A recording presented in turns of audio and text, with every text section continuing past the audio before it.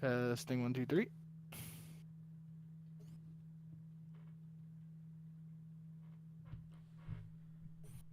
All right, Twitch is cool. YouTube.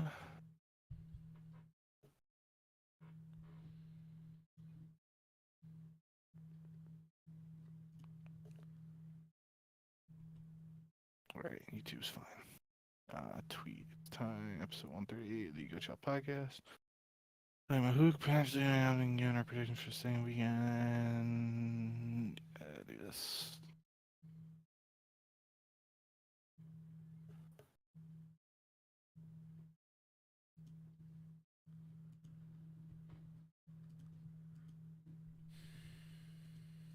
Alrighty. Link there. Link there. And I'm good. All right. So you ready to get started? Yes, sir. Hello and welcome to episode 138 of the Ego Chall Podcast. My name is Preston Byers, and as always, I'm joined by my co-host, Justin Binkowski. And on today's episode, we have shocking roster mania news, and we will get to the Major 1 Week 2 predictions and pick 'em at the end of the show. But before we get to any of that, how are you doing, Bink? Yeah, doing all right. Pretty bit, a little bit of a bombshell earlier today. That was unexpected, but I guess this is the new 2 shows a week format paying dividends for us already, and we're gonna be able to talk to you about all the stuff that's been going on today over the past like 8ish hours. So, yeah, might as well hop right in. Yeah, I big brained this. I knew something would happen on a Wednesday, and we needed to be here to talk about it. But in all seriousness, this is one of the most shocking roster moves that I can think of in a really long time. PRED, obviously one of OpTic star players, is being replaced in the starting lineup by Huke. So OpTic Texas going forward, the defending world champions going forward with Huke instead of PRED. Just off the bat, allegedly, reportedly, it does seem that I think even Scump kind of, he didn't confirm it, but he was talking about it enough that it lends to confirmation, and players like Zuma have been talking about it as well. So we should say that reportedly PRED is being replaced in the starting lineup by Huke. I just want to get your first thoughts just on that alone. What do you think? Yeah, so I mean, immediate reaction to all the rumors and stuff aside, just talking about COD and the player for player swap. I mean, um, if Pred is one of the best SMG players in the league, a superstar talent, and really aggressive SMG player who can drop 1.2 KDs on a regular basis. And if you're gonna replace him for whatever reason with somebody who was currently in challengers at the time, Hook is almost like the best possible solution. Not only has he just been frying in this game based on everything I've heard and everything the community has basically been saying, but I mean he's Hook the Nuke. Like you know what he's capable of, right? And like if for people who've been around long enough, like Hook coming up was probably like comparable to Pred when Pred first started competing in COD, right? Like he's just this kid who's super aggressive, dropping numbers with an SMG and just going crazy over the map, slaying everything. So I mean, it really just like for a one player swap, regardless of reason and all that stuff, like just in terms of COD player stuff, it really makes sense that Hook could replace Pred. It's obviously very tough for anybody to replace Pred, but knowing the type of player Hook has been historically and has seemingly been so far early in challengers this year, it seems like he could be a good option. Obviously, gonna. I think it's important to note too, like chemistry shouldn't really be an issue for these guys because they obviously Shotzi and Hook played together in Dallas Empire.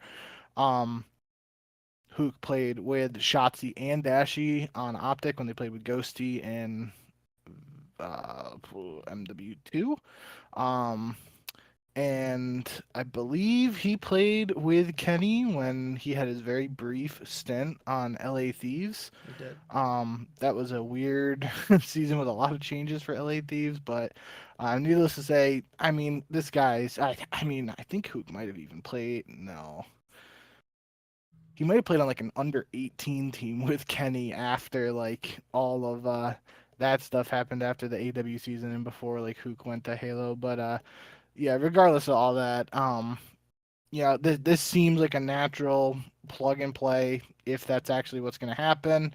And it's not like you're trying to replace PRED with an unknown quantity. Like OpTic knows what Huke is capable of and what he can do, and if he can be Huke the Nuke as he seemingly has been very early this year in Challengers, it seems like this could be, you know, if this was possibly like a month or two down the road, like who knows, maybe Huke has been so good in Challengers he's already off the market and he's got a full time starting role on another CDL team. But the timing of this and when it's happening, um, you obviously don't want to make a change for PRED in any situation if you don't have to. But it seems like kind of like just a natural fit at this point. And on a less serious note, if this does come to fruition, we are both wrong on the first team to make a roster change this year. But I don't think either of us would have ever predicted this in any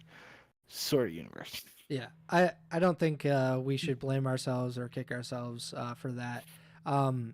We should say off the top that we're obviously not going to speculate on anything as to why Pred is potentially being benched or whatever, because that's not our place. It's not our place to talk about at all until something reputable is kind of reported out, and then we can kind of discuss that. But until then, we just kind of float in the unknown a little bit. Yeah. All we know right now is personal issues and stuff outside of the game.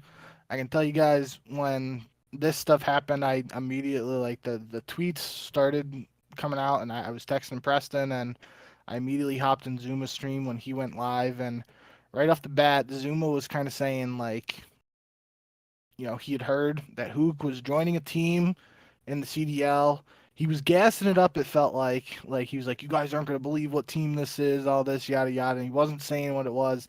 And then the CDL Scrim Intel tweet happened saying it's Hook for Pred, kind of like opened the floodgates a little bit more. Breaking Point put out a report, and the initially like the personal reasons aspect of it, Zuma was like, that's not what I heard. I just heard that this was happening and he didn't have a reason. Then he shot a text, and like almost immediately after he sent a text to somebody, Zuma was like, yeah, the personal issue stuff is what's going on, and I'm not going to talk about what it is because it's not my place. And Scum sort of had a similar response in his stream. He's like, I don't know what's going on, but I'm not going to talk about this stuff. And um that's just where we're at right now. Maybe down the road we'll hear something from OpTic, Hex, Pred, etc. But till then, all we know for now is that Huke is potentially joining the roster, and obviously they play in less than 48 hours. Oh wait, do they play on Friday? Yeah, they're the last match on Friday, so roughly less than 48 hours from now, we'll find out for sure if Huke is in the lineup for Pred. We obviously, unless something major is announced, we won't know for sure if this is a long-term situation or just a short-term substitution. The good thing for OpTic, if in this situation, regardless, is obviously the holiday break is coming up. So, Mhm. if this is, potentially something that could take a month, it's really gonna only affect like this week of matches. Obviously, if it's longer term than that, then they'll have to cross that bridge when they get there. But like I was saying, talking about the COD stuff, like it feels like Hook is just based on what's available and what he's capable of. It's seemingly should be a good replacement if it goes through. Also worth noting too, on Zuma's stream, Benjay Nassim was mentioning um, something I just thought was interesting, and you might too, just from like when stuff happens perspective, but he was saying that all roster changes that aren't emergency based, like if a team in the CDL wants to make a roster change or move a player to the bench, etc., it has to be submitted by Monday before. Also, like if this was just an actual player trade or something like that, OpTic would have had to have reported it on Monday. And that's when Ben J was kind of speculating this more than likely has to be an emergency situation because it's happening very quickly and it's happening on a Wednesday. So Mhm. that's something I just think, going forward, like it doesn't really affect us because it doesn't necessarily mean that the teams are going to announce stuff on Mondays. If they have to, they just have to tell the league, right? And then like Yeah. that, I mean, they could wait all the way until whenever their next match is to actually announce it. But I just thought that was a little interesting. Yeah, and I'm sure that's what they'll do. I mean, we since it'll be Thursday, I would imagine if this is going to happen, OpTic will probably announce something on Thursday. If not, maybe they'll just wait until a few hours before their match and they say, okay, this is what's happening. I do want to mention that coincidentally, OpTic is playing the Surge this weekend, so it would be a revenge game for Huke, who is on the Seattle Surge. But I don't know. Like this is obviously a unique situation. It's very rare that this stuff happens. We've talked about it. We talked about last season when New York went ahead and did not renew Priest's contract, and we talked about how rare that is for the defending world champions to make a roster change. Obviously, these are completely different circumstances, but like it is very, very rare to have this happen, and it's especially I don't know when the last time this would have been, where a world champion came into a new season or just a few months after winning a world championship and just a few matches in they're like we have to make a roster change. Obviously we're in a weird spot, but I do want to mention how odd this is, and the timing of it, like you mentioned, really limits OpTic's or not their chances but their options here. Who are you going to trade for if you were going to trade for someone? Who's going to be willing to trade with OpTic, and how much money is that going to cost that OpTic team? Like we saw with PRED, it was hundreds of thousands of dollars. Obviously, there's not a PRED out there to replace PRED with, but I mean, I don't even know what the best player OpTic could acquire realistically. Like, is Toronto offering up anybody? Is LAT going to offer up one of their super team members? Is Cloud9 going to do that? Like, or FaZe? Like, none of that really works out. And I think outside of those four teams, it doesn't really make any sense for OpTic to acquire a player that's already in the CDL. And like you mentioned, Huke has been, according to multiple people, very good in challengers. I think they won the Challengers Cup this past weekend or 2 weekends ago. I think they And lost in the finals to Illy's team, this okay, most recent one, but regardless. and then Huke his career is unique. I would say he has, I don't know, like just winning a world championship on the Dallas Empire, and then the next season getting traded to LAT amid just like a weird, bizarre situation with like him and Crimsix and those Empire guys. He goes to LAT, and I will forever remember this Nate shot saying something along the lines of like, this is when a player like Huke comes available, Yeah. you have to drop everything and change everything to get him. And like 2 months later, he was benched and wasn't even on LAT anymore. Yeah. Um, he goes to LAG, he bounces to OpTic, and he has like I think quite a bit of success for OpTic. They were obviously in I guess if you want to make a comparison, the craziness of it is Scump retiring after I believe that was like the major two qualifiers, like week one of the major two qualifiers, if I'm not mistaken. And so it's like a month into the season, he suddenly retires, and they scramble and they get, I believe, Huke, and they played an event with like Huke, Illy, Dashy, and Shotzi, and then they bench Illy, they bring in Ghosty, and then they have like a really good season and flame out at champs, which is was a surprise at the time. But I don't know, like Huke is and really interesting player. He seems pretty insightful from the videos and things that I've seen him in the interviews that he's given. But maybe this is the chance that he needed, because he wasn't in the CDL to begin with, which I think was a little bit of a surprise to people. But yeah, it's a weird situation. I hope everything works out the way that, where people aren't getting like hurt or anything, or any bad things are happening. But this is a great opportunity for Huke. If it's not maybe a long-term opportunity for Huke in OpTic, it gives him certainly the platform to find another CDL team to play on for the rest of the season. So Yeah, definitely. And obviously, hoping the best for Pred. Just regardless of whatever his situation is, and hopefully we'll see him back in action sooner rather than later.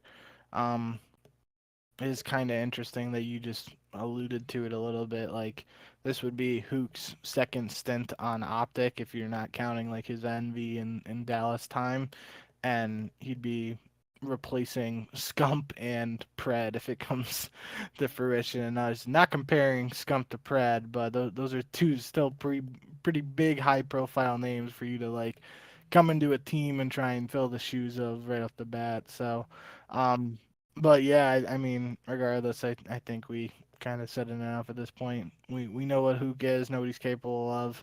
If he's able to showcase that, it should, for the green wall's sake, hopefully it should pay dividends. how do you foresee this changing the power rankings, or the power structure of the CDL? Because when we did our power rankings before the season, we both had OpTic in the top tier, whatever our top tier was. It was different for each of us, but we had OpTic in there, and right there with them was LAT in Atlanta. Obviously, LAT in week one looked incredible. Atlanta, not so much. OpTic was hit and miss. The second match they looked incredible. The first match they did not. So moving forward, if Huke is a long term option, let's say, how does that change where you would rank OpTic in relation to some of those top teams in the CDL? I think it's still too early to tell, to be honest. I mean, if LAT 3-0 smoked FaZe and FaZe didn't like look competitive in those last two matches of their series to end last week, I would have already been willing to say like LAT is S tier by itself, then FaZe and OpTic below that, et cetera, et cetera. Um, I think FaZe at least being competitive in those last couple maps like kind of makes it like, okay, we don't need to jump to those conclusions just yet. And I think overall, even like with OpTic losing to Boston, I don't think we have to say, oh, we gotta shift the power rankings around or whatever. Um, like I said, I mean, this is still 3/4 of the defending world champions, and they are not replacing him with some rookie no-name guy. They're replacing him with another world champion and a player, like we've said now a couple times tonight already, that is just everything we've seen so far and heard so far from him competing this year in challengers is that he's just been an absolute force on the map. So if you're going to try and replace a force on the map from an S&G perspective, you're going to want to do it with somebody else who's getting that same sort of respect, or I can't think of the word right now, but the same sort of reputation. That's what I want to say. And that's what we've been hearing so far from Huke. And if he can be Huke the Nuke of old, and not necessarily of old, but just the Huke the Nuke we know he's capable of being, then Mm-hmm. I still think OpTic's a really dangerous team. And I mean, I think it was Shotzi saying either there was a clip, I think maybe it was on the Scump Watch Party, of him saying like their practice just wasn't great leading up to that first week of matches. So it's not like Hook's coming into a situation where it's like, oh, we have to, reinvent the wheel sort of deal. It's like, if the practice wasn't great, then like having someone slide into that situation where you're kind of like going over a ton of stuff to try and improve the practice too, that's kind of like a good opportunity for somebody to jump in my opinion, at least. Like if we were saying, oh, if Shotzi was like, our practice is really great, everything's going well, and then a drastic change like this happens, that feels like it would be a less opportune time for something like this to happen. But because like potentially Shotzi was I'm pretty sure I saw that clip of him saying like just things weren't great practice wise leading up to the first week of matches. Then I feel like that's a time where coaching staff's going to want to go over a little bit more, and that's a good time for a new player because you're going to go over that sort of stuff with a new player anyway. So might just be again not something that anybody wants to happen or have foreseen, but just based on the circumstances and what's available, this I could see this being just like a move that's like very natural, and OpTic still is a top 3 team. Yeah, the fact that they already did it once with him does give me a little more confidence than if he hadn't actually come through this situation before. I just went back and I looked through some of the results that they had when he went from LAG to OpTic in MW2, and he's on LAG for Major One. He comes in during the Major Two qualifiers, plays alongside Shotzi, Illy, Dashi. They get first in those qualifiers and then go to Major Two. They get fourth place. They make a roster change. They bench Illy, bring in Ghosty. They end up getting, they weren't very good in the next qualifiers as they were getting kind of used to Ghosty. Then they got second at Major 3. They were the top team in the Major 4 qualifiers, got second again at Major 4, were the top team in Major 5 qualifiers, and then they, flamed out at Major 5. I believe that was Boston and Florida they lost to. I'm pretty sure Florida was certainly one of the two teams that beat them in Major 5, and then they went to champs and they got top 6. But, obviously that season ended on a sour note, and I think that was part of the reason why they made the roster change, because if they had finished on a really high note and they felt like this was a championship roster, they probably would have kept Huke, probably would have kept Ghosty. Those two guys depart. They bring in Kenny and PRED, and, rest is history. Like, they won a world championship, so there's nothing really to gripe about there. But I do believe that there could be a scenario where Huke and OpTic work well together right off the bat, and it maybe not seamless, but more seamless than you would imagine this kind of roster change being. So, but we will have to see, obviously, and we'll get 2 chances to see how things are working out this coming weekend. Let's get to these pick'ems, and we'll kind of discuss a little bit more than we usually. We kind of fly through the pick'ems typically, but since there's, I texted you earlier today right as this PRED stuff was happening or being tweeted about, and I was like, we don't really have much to talk about, like so on and so forth. And I mean, we do have some stuff to talk about with the PRED stuff and the Huke, but I think we could take a little more time on these pick'ems and just give our thoughts on maybe what we would like to see from some of these teams as they go into week 2, and maybe what we saw from them in week 1. And if you want to go back, I would suggest doing so with the last 2 episodes, I think, or the last episode, certainly. We talked about kind of what we thought and maybe what are some of our questions coming out of week 1 for some of those teams.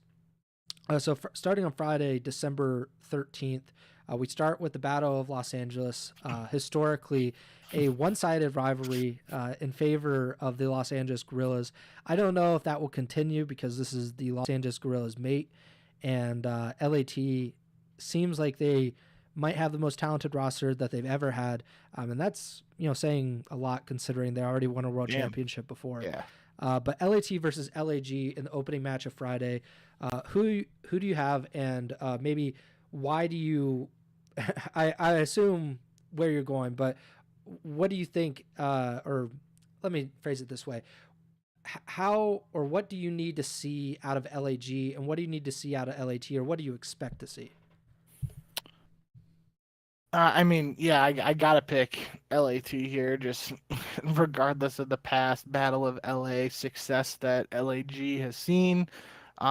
Maybe new era with the super team and gentlemates. That causes a little bit of a switch up here in the quote unquote rivalry. But in all seriousness, like I just said a couple minutes ago, like if LA Thieves closed out a dominant 3-0 sweep over Atlanta FaZe to close out last week's matches, like I'm just sitting here like, yeah, this team is just absolutely frying right now, looking leagues above everybody else. And Again, small sample size, so we don't want to, rush into any statements like that, like saying it's the best team in LA Thieves history and they had a team that won a world championship. But hey, I mean, that's the sort of thing we talked about when we talked about storylines and expectations for this team, right? Like that's the bar that's being set with this team. We know the talent they have. We've heard all the stuff about like Nadeshot saying he's taking a pay cut to make this happen, and like the fans and the organization, they are expecting championships and multiple plural. Um, so yeah, this is a match you expect like these to continue to come out and look strong in. Um, LAG, I know for me last week, just off the top of my head, I know I said like there were some moments where I was I was glad to see Lynn's playing well, and because that was like the storyline for Gentlemates is like this NYSL roster from 2023 minus Hydra plus Lynn's. Can Lynn's fill those shoes? And we're like, no, those are very lofty Yeah, big shoes. expectations. But I mean, again, small sample size, but Lynn's definitely was like he was performing in those matches. And if he can keep on improving and building off of these early performances and turn into like a true, just consistent SMG slayer, like that should be a very good sign for this Gentlemate squad. Um, it is, a bit of a rivalry game, not only from the Battle of LA, but like Hydra's former teammates for the past couple of years. Um, Getting a shot to try and upset and, I don't think taint is necessarily the right word, but kind of just like, um, put a damper on the whole super team talk. This is their chance to do that. Maybe if 99 Kids comes out just absolutely frying like the bulldog he is, then they might have a shot to pull off an upset, but I definitely think this is one that LAT should comfortably win. Yeah, I agree with you. You know, there. I mean, there's been great talent disparities in the past with these two teams, and it didn't really seem to matter much. I just tend to think that the talent disparity here, uh, and that's not even a slight at LAG because I think this is one of the best LAG or whatever this franchise. I think this is one of the better rosters that they've had in their history. It's just that LAT is an incredible collection of talent, and granted, we've only seen two matches from them in an official basis. So maybe I should temper my expectations. But what I saw from them in week one was extremely promising that they will be one of, if not the top team in the CDL this season. There's a reason I picked them to win the world championship this season. So I do expect a lot out of them, and I do expect them to win. But I am very interested in Gorilla's Mate, and I believe that this team is better than what they showed in week one. Certainly, they definitely need to cut down on some of the mistakes that they made, and probably cost them at least one of those matches in week one. And the intrigue of seeing Hydra play the NYSL guys, and vice versa, just seeing how things go with that. If there's any ill will, maybe a little bodies being shot, who knows? But it would be fun to see another rivalry kind of be born inside of this already pre-existing rivalry. Next up, we got Cloud9 New York versus the Minnesota Rocker. One team 2-0. Quite surprisingly, I don't think a lot of people expected the Rocker to finish the first week undefeated. And then a team that I think a lot of people had pretty high hopes, but had probably the most disappointing week one of any team in the CDL. And speaking of that, that is Cloud9. I'm going to go with C9 only because I believe that they have a higher ceiling here. I don't think what they showed in week one, I hope what they showed in week one is not what they really are. But the internet issues that Attach brought up earlier this week probably can't be ignored. So if anybody wants to go with the Rocker, I think that's a pretty good reason to do so. So who are you going with, C9 or the Rocker? Yeah, I mean, you basically took my spiel, but yeah, I'm going with the Rocker. And really, the main reason right now is those internet issues. We just don't know what the situation's gonna be like. I mean, Obviously, Minnesota has that facility in Minnesota, but that was like pre G2 merger and stuff. So like, I don't even know if that's still being used, like where the players are playing out of. No idea. Um, but let's just say like for a lack Either of way. regardless, yeah, but like for just uh, using common sense, like if Minnesota Rockers still has that facility and they're competing out of Minnesota, that's even further away from LA than Texas. And obviously, we already heard about all those issues between finding a good server for C9 to compete on against teams from Texas. So like if you're moving further away down to Minnesota, it's not all the way on like the East Coast or something like that, but like I don't know. I just don't know how much of an influence the server stuff is going to have on this series, but I think this is a good test either way for C9, right? Like we Yeah. kind of both said last time, like those matches that C9 played against OpTic and LA Dudes, they were going to be hard, whether they were on LAN, on perfect ping, etc. This is a team that, on paper, this being Minnesota, the Minnesota team, despite their 2-0 start, which, again, it's just a couple of rounds of search and destroy away from them being like 0-2 or 1-1. Um, this is a team on paper that, you expect Cloud9 to beat Minnesota just based on, you know, pedigree of players and Mm-hmm. past experience and all that stuff. But if there are internet issues, RC9 able to overcome them against a team like Minnesota that on paper people expect them to be, or is that just like going to be an insurmountable obstacle for the C9 team just in all facets of online right now, and that could put them on the back foot for the rest of the season? That's definitely what I'm most interested to see in this matchup, regardless of result, is just, I guess, how does C9 respond from just everything that happened last week? Obviously, if they get put on just some crazy ping disadvantage and it's like they can't even shoot straight and they're rubber banding, etc., like that's just tough and we're still not going to get a good gauge. But like if there's just this is the type of opportunity that C9 has to sort of like show what they're capable of and Mm-hmm. show they're able to battle the obstacles, overcome, all these sorts of hurdles and whatnot, and show what they're capable of. So I'm gonna go with Minnesota for this match purely based on um, the online server stuff that's been going on, but like I just said, this is a match on paper that you would most people I feel like would expect C9 to beat Minnesota. Yeah, and like you were kind of mentioning, if Cloud9 loses this and they play Carolina later in the weekend, if they were to say lose both of those matches and maybe they chalk it up to internet, well, I mean that's gonna suck for them because there's 7 qualifying matches for Major One, and if they can't beat two of the teams that I think most people would consider to be like middle of the pack or lower. Like I don't think anybody has Carolina or Minnesota. Maybe after week one you're a little higher on them than you were going in, but I think most people would consider them to be at best like the 5th or 6th best teams in the league. If Cloud9 can't beat those two teams online, they're going to have a really hard time beating literally anybody online, and that's just going to take a heavy toll on this team, and where they kind of get seeded in the majors or in the minors. And again, that affects your CDL points, and that, by extension, affects if you're going to get to champs, or if you do get to champs, where you're going to be seeded. And granted, this is really early in the season, but I do think that these matches matter, and beating teams that you're quote unquote supposed to beat, that matters quite a bit. Next match, Miami versus Boston.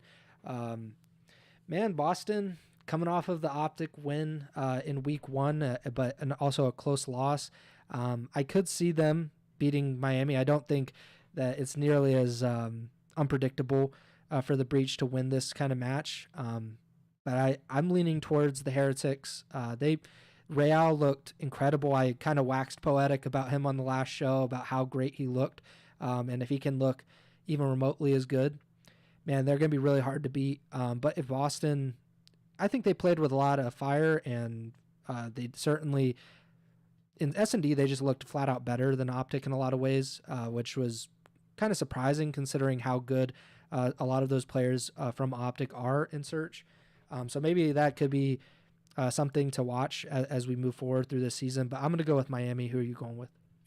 Yeah, I'm taking Miami too. I just think in general the storyline or just what I'm looking for in this match is just to increase the sample size really for both of these teams, right? Like we see Boston pull off an upset um, over OpTic, definitely wasn't expected by anybody, and we also see Real drop a 1.5 KD in a loss.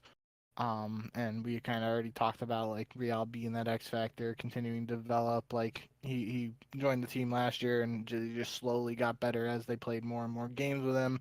How they're able to continue to build off of that this year. Like obviously he's off to a really good start in a short time, but like this is just another two 1-1 teams, another match to give us more of an opportunity to see what they're both capable of. Um, I gotta go with Miami too, but I mean, it's just like I said, the more my head's at right now is it's just another opportunity to see what both teams can be and what they're able to do. Like, um, yeah, if Boston struggles this week after the OpTic match, then obviously people are just gonna immediately jump back onto like, oh, that was just like a fluke or whatever. But if Boston comes out and has a really strong performance against Miami, which again they're not like necessarily world beaters or S tier, but they are a pretty highly regarded team heading into this year. I think like at least like fourth through sixth range somewhere in there.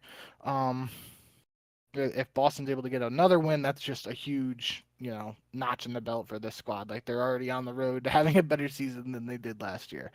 Um, but overall, regardless of the result, I just want to see more of both of these teams, and that's really what I think this match is going to deliver. I mean, wouldn't be surprised if it goes Game 5, but give me Miami. I mean, Boston, game five, kind of a match made in heaven at this point.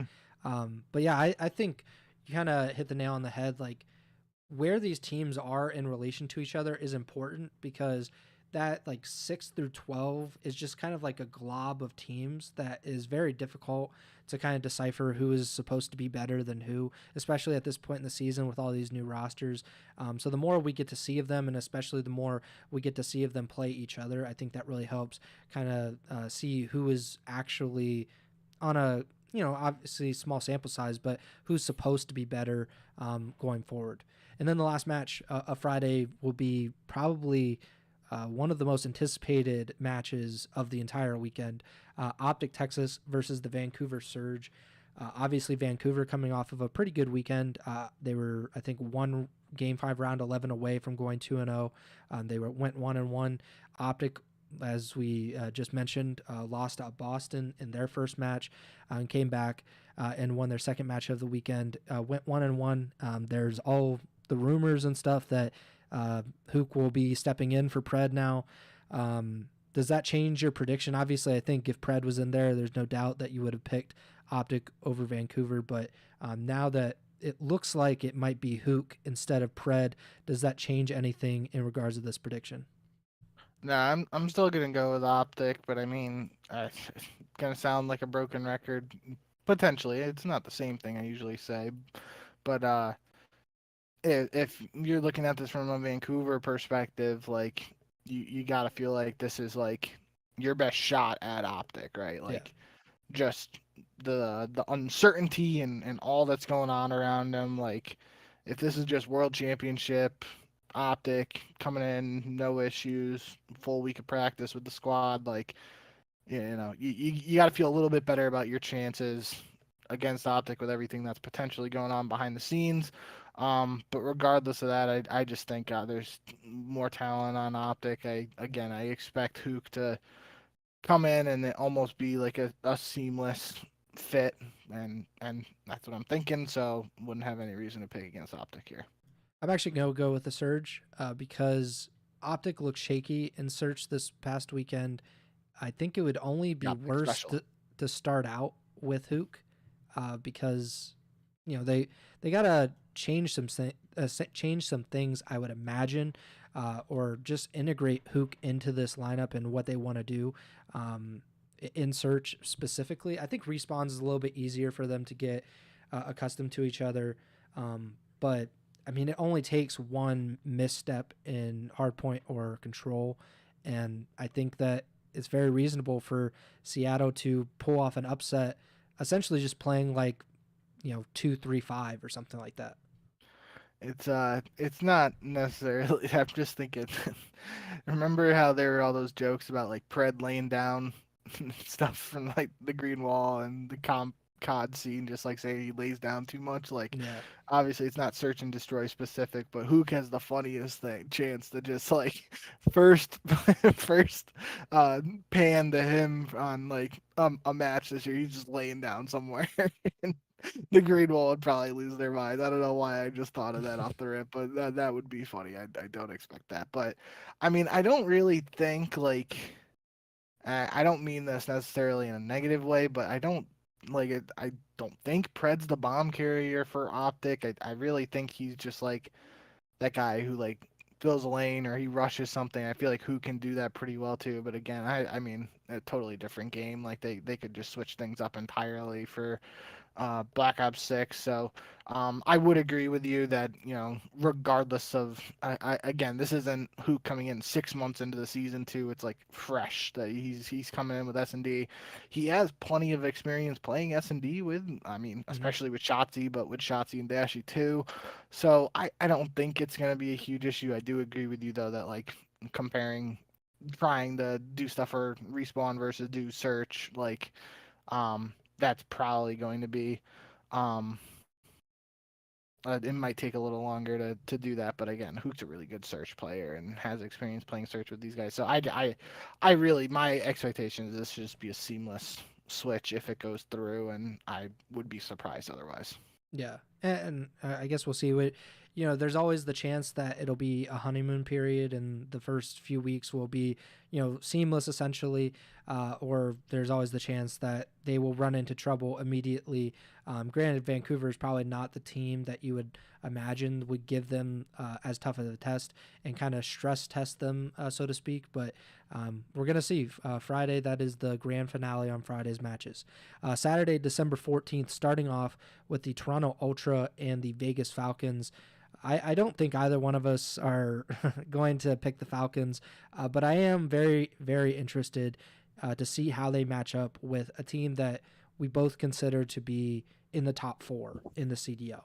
They didn't play particularly tough competition last weekend, but they performed admirably. I said on the last podcast, I thought they just looked like a regular CDL team.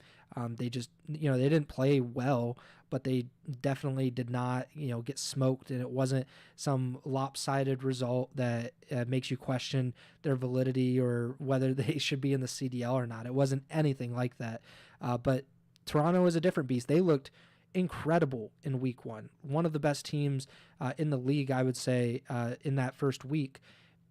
If Toronto's able to kind of carry that forward, it's going to be really tough for Vegas. So I'm going to go with the Ultra. What do you think of this matchup? Yeah, I mean, I obviously got to go with Toronto here for those who were around last episode. I kind of went on a little bit of a rant. Some people might say it was glazing Toronto a little bit too much, but I would say. I was I was really excited and about what I saw last week from Toronto and the whole, Joe Deceives like possibly uh, play forcing Kleenex to play a little slower, change up his play style, yada yada. But all that aside, I mean, even if Toronto didn't look really strong last week in its initial matches, this is still a match on paper. I would expect Toronto to beat the Falcons. Just again, I mean, we said it last episode. Falcons looked better than probably some people expected, and they had some moments where they were shooting super straight, and I mean they won a map against Carolina, and there's some people who might have thought like they might not even win a map in these online qualifiers, so they're already like ahead of the curve in that department and playing better than some people expected. But I mean, this is just another tough match on paper, one that you expect Toronto to take care of business, and but it will be another good opportunity for us to see Vegas in action. And you could probably argue it'll be their toughest test yet. Again, small sample size, but um, So seeing how they continue to develop and how they play against a quote unquote tougher team on paper should be another good opportunity to see what that Vegas squad is capable of. Yeah, this week is not kind to the Falcons at all. They play Toronto and Atlanta. Those are two teams that, as you're kind of getting your footing under you in the CDL, I wouldn't imagine you would want to see either of those teams on your schedule, but that's the reality the Vegas Falcons face right now. Next matchup, OpTic and LAG, both teams playing their second match in 2 days. LAG plays LAT in the first match on Friday. OpTic plays Vancouver in the last match on Friday. They play each other in the second match on Saturday. Both of us, we picked against LAG in the first match. I picked against OpTic in their match. I don't think I can pick against OpTic to go 0-2. That feels a little bit too far. I also think that maybe Vancouver might be in a better place in the current moment than LAG are, but I could see flipping either of those picks. So I'm going to go with OpTic. I imagine if you're going to pick them against Vancouver, you would do the same against Gorillas, mate.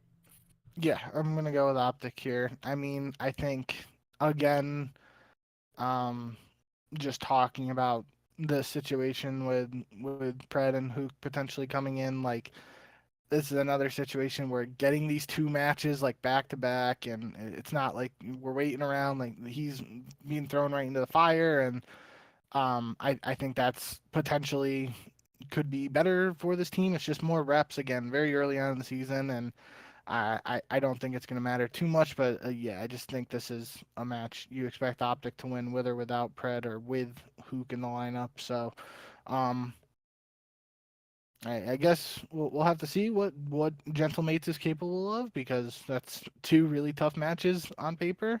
Um, but yeah, I mean, just based on everything we know so far, I feel like you gotta go OpTic here. Carolina versus Atlanta on Saturday. I'm going to go with Atlanta, but man, like the records of these teams, you would expect them to be flipped if anything. Yeah. Carolina enters with a 2-0 record. Atlanta went 0-2 in week 1. Did not look nearly as good as anyone would expect out of consistently the best regular season team in the CDL. One of the contenders for the world championship every single year. They did not look like that in the first week. Granted, small sample size again, but it was a little disappointing, a little shocking. Carolina looked better than I thought they would. I did not have high hopes for them, but they looked pretty strong, all things considered, in those first two matches. I still think the talent gap is quite large between these two teams. But maybe this is a slasher revenge game, and he's I was able just to gonna say. he's going to pull off an upset. So are you going with Carolina and Slasher to pull off the upset here?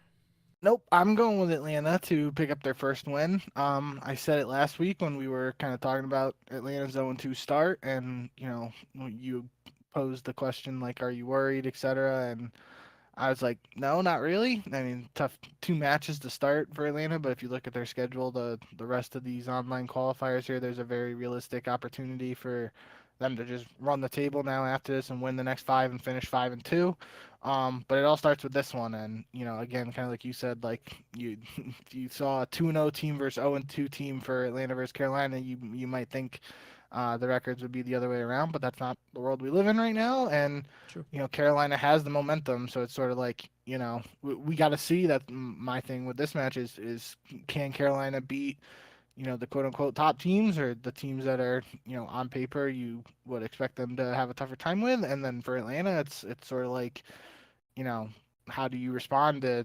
I mean, I don't know for sure, but there's just a small possibility that's the first 0-2 week for like the Simpa Beasy duo or the Simpa Beasy Celium trio. Like, there's a very real chance that that's possible. I don't Mm-hmm. know if it's true, but I just based on their success in these qualifiers in the past couple of years, I can't think of very many chances where they would have went 0-2. Um, regardless of whether that is the case or not. It's the case right now. They went 0-2 in the first two matches. So how do they respond? How do they bounce back? Um, they got the opportunity here to play a team that I mean, even if you look at LA Thieves, like thinking of just the competitive mindset of those guys on that phase team, they go into any match thinking they can beat anybody, right? That's just like the type of players they are and the type of players they've been, and they deserve to have that mindset just based on their success individually and just in general in the CDL. But that you got to think if they're going to be championship contenders like a lot of people expect this year, they got to have that killer mentality and be like, all right, we're going in and we're trying to just 100-point club, map one, 6-0 search, 3-0 control, make it a 30-minute series, see you later. And if Carolina puts up a fight, like that's possibly a sign that Carolina is just better than some people anticipated, but it's just again another opportunity for us to see early on what both these squads are capable of.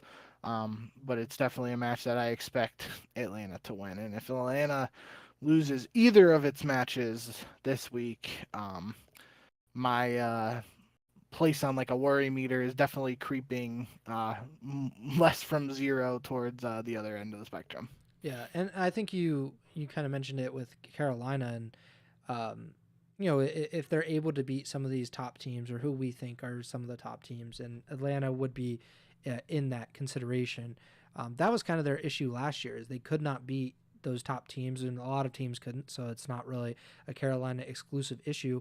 But the Ravens essentially just beat up on some of those worst teams in the league, like the Boston Breaches of the world, but couldn't really consistently put it together against even teams like LAT, and certainly not Atlanta, New York, and OpTic and Phase and all that. So it's one of those things where if they're able to pick up this kind of win, and maybe that shows that they're going to be able to semi-consistently beat teams that we consider to be in the top half of the league, that really helps their case for champs and moving forward and being what we consider is like maybe not contenders, but like a contenders light, a team that could sneak into the top three very easily just by the nature of the tournaments and everything. So we're going to see. It's going to be. I think this is one of the more interesting matchups this weekend, just by virtue of what these two teams did in week one. And I don't think that have been really on my radar going into week two. Had they just had like what we thought they were going to do in the first week of the CDL season. The last match on Saturday is the Boston Breach and the Vancouver Surge. I can't pick Boston consistently. I didn't pick them against Miami. I'm not sure why I would pick them against Vancouver, especially if I'm going to pick Vancouver over OpTic. So I'm going to go with the Surge.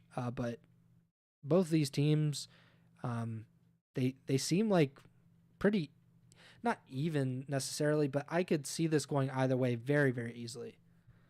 I think, I mean, yeah, I'm gonna go with Vancouver here too, and I think I'm in a similar mindset of you. Is just like I can't really pick Boston until I've seen more out of them, and at the same time, like technically these four players on Boston have more experience competing together than the four players on Vancouver, just because this Boston roster has that Esports World Cup experience. So it's like it's tough to say, just like everything we saw in like coaches polls and all that stuff from off-season talk, preseason talk, is that on paper most people expect Vancouver to be a better team than Boston, and I just need to see more from both of these teams realistically. But for now, I'm gonna go with um, Vancouver, and we'll see what we get. I mean, these are definitely from a Boston perspective, playing against Miami and Vancouver. It's especially after taking into consideration the OpTic upset. It's two matches that they in theory could win. I mean, you can say that about any match for any team really. Um, but it's definitely, I feel like in many people's eyes that's more of a realistic possibility than in like last year. You wouldn't really consider um that as much of a possibility, I feel like. So it'll be interesting to see how it shakes out, but I'll go with Vancouver here. And then we got Sunday, December 15th. We have 4 matches to finish out week 2 and before we get into the holiday break. The first match on Sunday, Toronto versus Miami.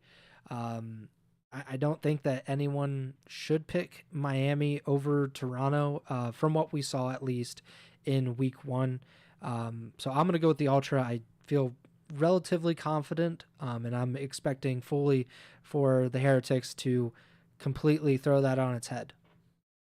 Yeah, I'm gonna go with Toronto here too, but I will say from like sticking with our theme of having more to talk about with each of these matches. I mean, based on um, what I have said over last episode and this episode already about just like the Joe Deceives and Kleenex sub duo, and then what I've talked about with Real from a Miami perspective, like this is a really good test for Real. It's a it's a tough matchup on paper, not only for the whole team, but just like he's going up against again very early, but like you know, especially Kleenex, you know what type of SMG talent he is, and like I don't know, I feel like this is a good test for Real and another opportunity for him to showcase what he's capable of doing.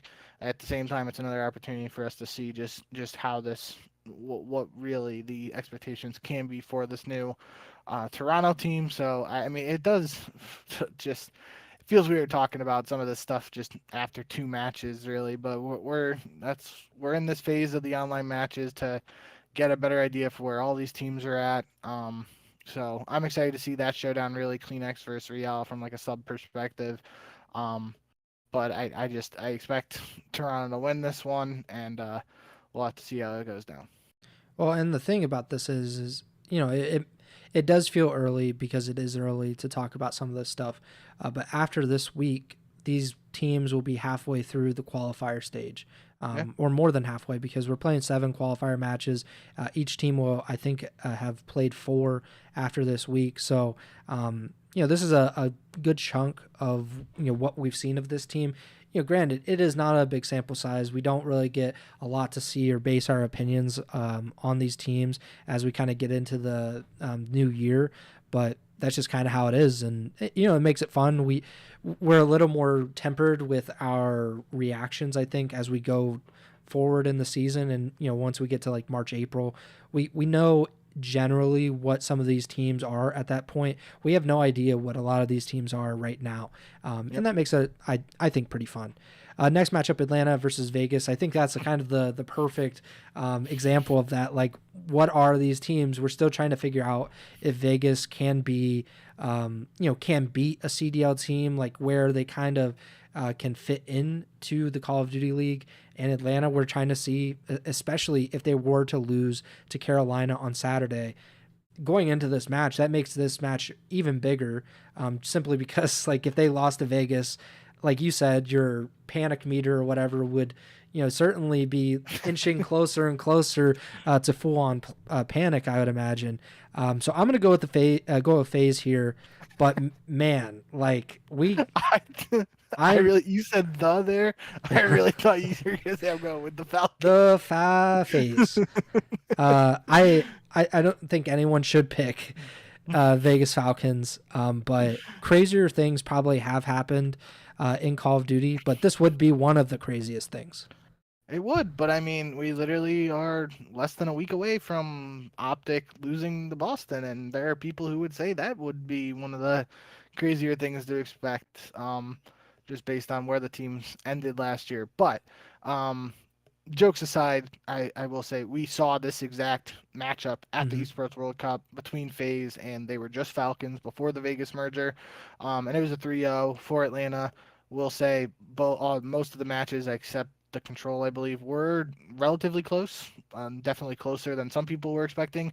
And that was our first taste of this Vegas Falcons roster back then, or I should just say the Falcons roster before they went to Vegas. That was really most people in the CDL world their first taste of what this squad is capable of, and it was like, whoa, I mean, again, it's not like they got 10-point clubbed like some team against Complexity back at like COD Champs 2012 or whatever it was.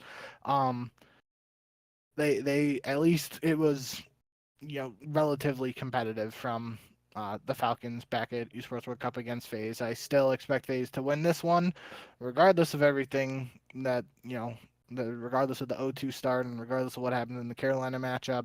Um, and like you said, I mean, if the Falcons are able to pull off an upset here, it would definitely be a massive talking point for us on the next show. But give me FaZe here.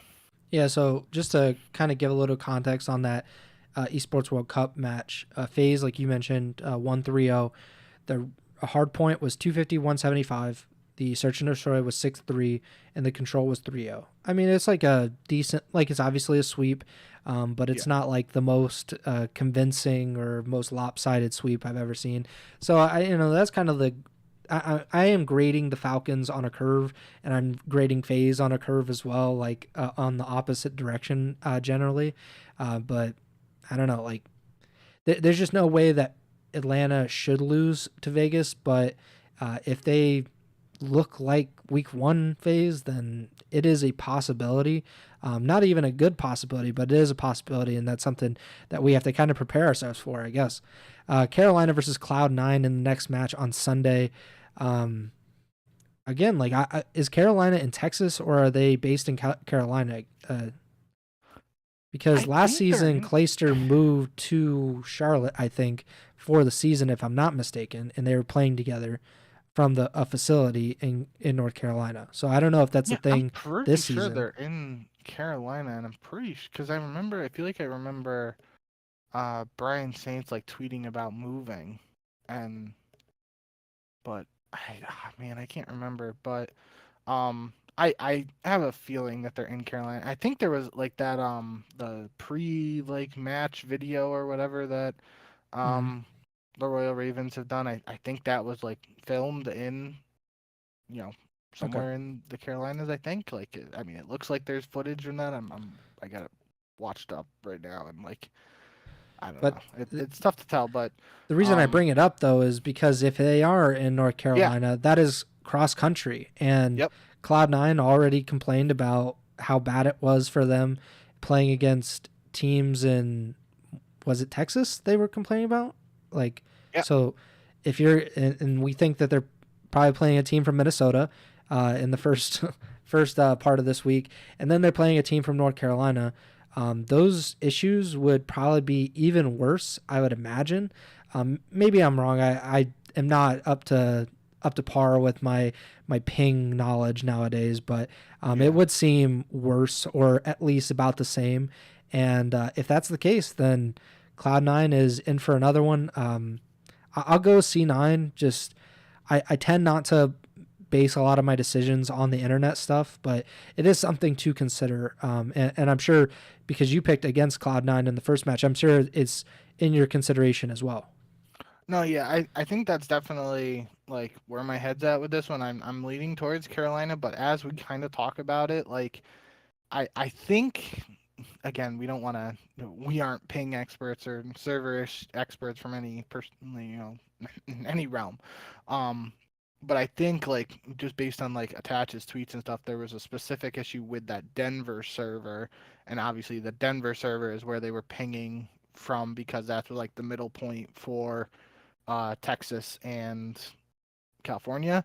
So if there's like a Texas server or another server in like the middle of the U.S. that's between Carolina and Los Angeles, if Carolina's playing from Carolina, then maybe the server issues won't be as big of a deal for them not playing a team in Texas. So I mean, even going back to the Minnesota series, if Minnesota's playing from Minnesota, maybe this is a good thing for Cloud9. Like they just don't have to deal with um, playing on that quote unquote whatever the server was because they couldn't play on Denver or whatever. Like maybe there's like a middle ground and they're gonna in these online matches, C9's gonna have just level ground against the teams not in Texas, and then they're gonna struggle against the teams in Texas because of that server issue or whatever. I don't know. It's a lot of uncertainty and whatnot. Um, Again, this is a match heading into this, and just based on the teams on paper and stuff that most people are probably leaning towards Cloud9 in, but just with the uncertainty and everything, I'm gonna throw a dart and go with Carolina here. And last match on Sunday is the Los Angeles Thieves versus the Minnesota Rocker. I'm going to go with LAT. I think that's pretty obvious from how I've been talking about them. But Yeah. this is a great test for Minnesota. Yep. Just like in the first matchup, we talked about if Minnesota can beat Cloud9, they can go to 3-0. Just the internet issues aside in that series, potentially, that would be a huge thing for them because we thought Cloud9 would be among like the top four teams in the CDL coming into this season. or maybe top 5 if you thought maybe Toronto was better than them. But if they go into, this last match, they play LAT hard. If they were to beat LAT, then I think our power rankings have to kind of at least, maybe budge a little bit. I certainly think that those wins and a win against LAT would be kind of a game changer in that to that extent. But I fully expect the Thieves to win. So I expect you also think that LAT will win. Yeah, I'm not picking against LA Thieves until further notice or until I'm given a reason to do so. But you basically took the words right out of my mouth. This is just a great test for the Minnesota team, regardless of what happens in their first matchup of this week. Like, if you're gonna be a team that make some things happen this year, prove some people wrong, etc. Like this is an opportunity to do so and show what these guys are capable of. Again, in other shows, I've said like how I want to see Gio and Nero really show they're just be more consistent on a slaying perspective, and this is a tough task and a tough ask to do so against a very talented LAT team. But if they're able to, fight fire with fire and keep pace with LAT, that's kind of probably their path to victory. Although I say that, but like maybe search and destroy just based on them having the clutch gene very early on in the season with the round 11. Maybe that's their path to victory. I don't know. Still think it's one that, again, not picking against LAT till I have a reason to, but definitely excited to see how Minnesota stacks up here. I mean, we could be back right here later in the week talking about LAT just 3-0 stopping them, but Minnesota has a chance to make things a little more interesting. And I don't think it's as similar to, the OpTic versus Boston thing where I was kind of saying like, everyone's picking OpTic to beat Boston. You have nothing to lose and you can just go out there and play free COD, and worst case scenario, you lose like everyone expects. And I guess that's kind of similar to Minnesota. It's not the same situation because, it's not like Minnesota was one of the worst teams in the league last year or, whatever. But not Boston.